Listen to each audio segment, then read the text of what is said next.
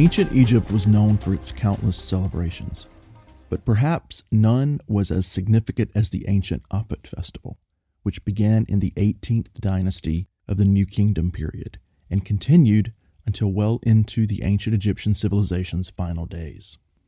Apart from dancing and huge feasts, the Apet festival also featured a procession held along the Avenue of the Sphinxes, a ceremonial road lined with sphinxes that connected the temple complexes of Karnak and Luxor.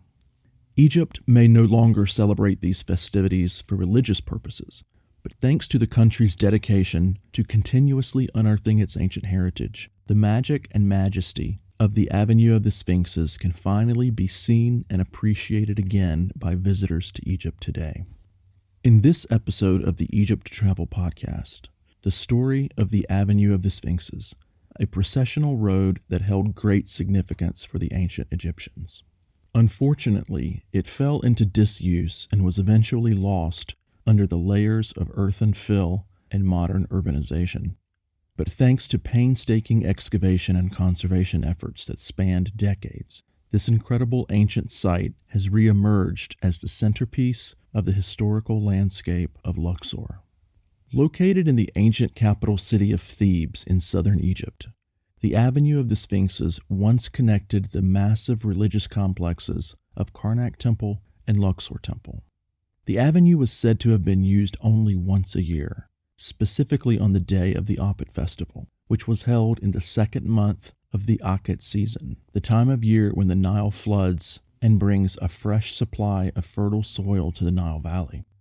One of the highlights of the festival, according to some ancient sources, was a procession held along the road between Karnak and Luxor temples, wherein participants carried statues of Amun, the god of the air, and his wife Mut, the goddess of the sky. Once they arrived at the temple in Luxor, Amun was transformed into Min, the god of fertility and harvest, whom the ancient Egyptians regarded as the lord of the eastern desert. However, other sources claim that what the priests escorted down the route were actually statues of the Holy Trinity of Thebes, Amun, Mut, and Khonsu, the god of the moon. These were said to have been carried in sacred vessels that looked like boats, with onlookers extending their arms and cheering in reverence as deities passed by them while traveling from temple to temple. Regardless of its actual composition, the Apet festival was incredibly significant for the ancient Egyptians, and this fact wasn't lost on the subsequent foreign empires that came to conquer Egypt.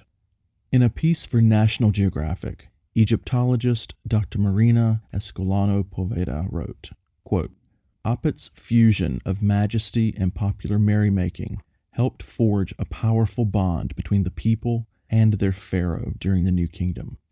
Centuries later, after Alexander the Great's conquest of Egypt in 332 BC, the conqueror's agents in Thebes observed how the festival's symbolic power could be adapted to confer divine legitimacy upon Alexander's control of the region. Alexander built his own chapel in the Temple of Luxor and decorated the walls with his likeness in the presence of Amun-Ra." End quote. Experts estimate that approximately 1,350 human-headed sphinxes once lined the ancient processional route, and alongside them were small chapels where people could place their offerings. Each one had a specific function and role to play during the annual procession. For instance, one was dedicated to receiving the beauty of Amun, while another was for cooling the boat oars that he used. Scholars believe that many of these chapels were built on the orders of Queen Hatshepsut, the daughter of the charismatic King Thutmose I, who, despite her gender, rose to become one of the greatest leaders that ancient Egypt had ever seen.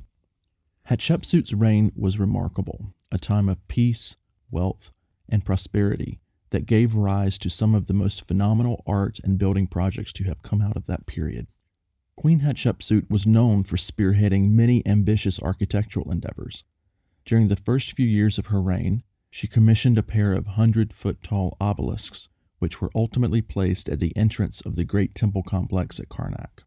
Each one weighed approximately 450 tons and was towed down the Nile River by a total of 27 ships that were steered by more than 800 oarsmen.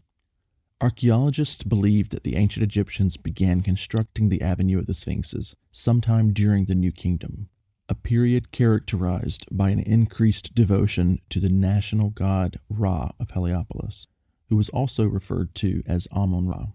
During this period, the once fledgling Northeast African River Valley civilization became a powerful regional empire, with its rulers expanding its borders to cover parts of Western Asia in the Levant. Due to its complex and incredibly detailed design, the Avenue of the Sphinxes was only finished during the rule of Nectanebo I, the first king of the 30th dynasty of ancient Egypt. Much like his predecessors, he commissioned a number of architectural projects too, particularly on the island of Philae and in the city of Edfu. However, his most notable achievement was his successful repulsion of the Persian Empire, which had tried to reimpose its rule on Egypt during his reign. To commemorate this victory, every single statue of the Avenue of the Sphinxes was inscribed with the name of Nectanebo I, whether they were originally intended to represent him or not. Despite the religious significance of the Avenue of the Sphinxes, it fell into disuse as the centuries passed, with some statues even being destroyed. When parts of the road started becoming covered by sand, locals began building housing and neighborhoods on top of the newly created land. Because of this, the Avenue of the Sphinxes eventually became lost to history. It only resurfaced in the middle of the 20th century, when excavations being carried out in front of Luxor Temple by archaeologists including Zakaria Gonaim and Mohammed Abdelkader began unearthing parts of the road. Since its rediscovery, both excavation and conservation efforts have been ongoing at the Avenue of the Sphinxes. However, the project was halted twice, first in 2005 and then again in 2011, when the Arab Spring sent many archaeological projects throughout the entire region into an extended pause. In order to unearth the ancient road, thousands of more modern, in the context of Egypt, homes and shops built over this ancient site had to be demolished and their owners and inhabitants relocated at a cost of over $40 million. Mustafa al-Sagir, the general supervisor of the renovation project, noted that excavation efforts on the Avenue of the Sphinxes also unearthed previously unknown artifacts, including parts of a wall that experts believe dates back to the Roman period. On November 25, 2021, the government of Egypt held a lavish televised ceremony to unveil the newly restored and reopened Avenue of the Sphinxes. The ceremony featured fireworks over the Nile, modern and classical musical performances, elaborately choreographed dances created to celebrate the country's ancient heritage, and a symbolic procession along the avenue, much like the one performed annually during the Apet Festival of ancient times.